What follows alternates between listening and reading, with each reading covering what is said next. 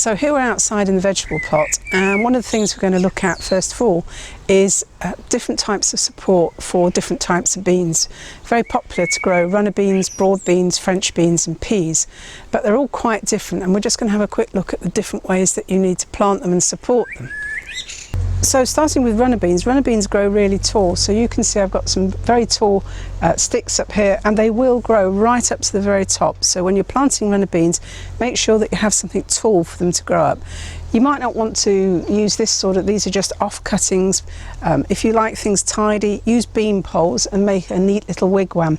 But whatever you use, make sure it's tall for both runner beans and climbing beans.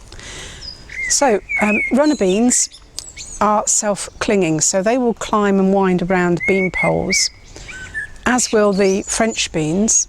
Peas scramble up a net, and broad beans don't climb, don't twine at all, and they need to be supported in a corridor to keep them from flopping over, which is their tendency. So peas like a net to scramble up. So you see here I've planted some peas at the bottom, some twigs to kind of steer them up, and because I've got a second crop coming up behind them, and they will scramble up this net, which is ideal for peas. Broad beans are different again. Broad beans will not climb, will not twine, but they will flop over. So by growing them inside a corridor like this, you're keeping them, once they get to here, they won't flop over, they'll be contained. Even though it looks quite lightweight, it's quite sufficient to support broad beans.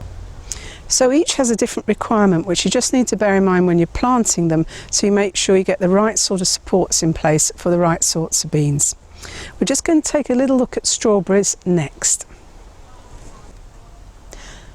So here we are at the vegetable plot, and this is the part where I'm growing strawberries, and what I wanted to show was netting strawberries, which is really important because as much as we love strawberries, the birds love them as well, and as soon as they start to ripen, the birds will be there. So I've made a simple structure, and this is cornice, cuttings of cornice that was cut back earlier on in the year.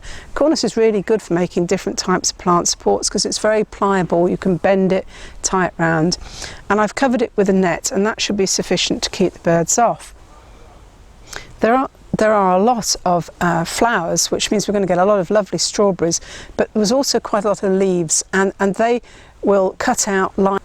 The one disease that strawberries can be prone to is botrytis, and that is made worse by a lack of airflow. And so by removing some of the leaves, you're aiding the airflow. And don't worry about how many you cut off. I've saved what I cut off this afternoon to give you an idea of the sort of number of leaves you can cut off. So take a good handful off, and I will cut them off more than once over the summer to make sure there's plenty of air and light getting to the plants. But perhaps don't do what I did and cut off some of the flowers as well.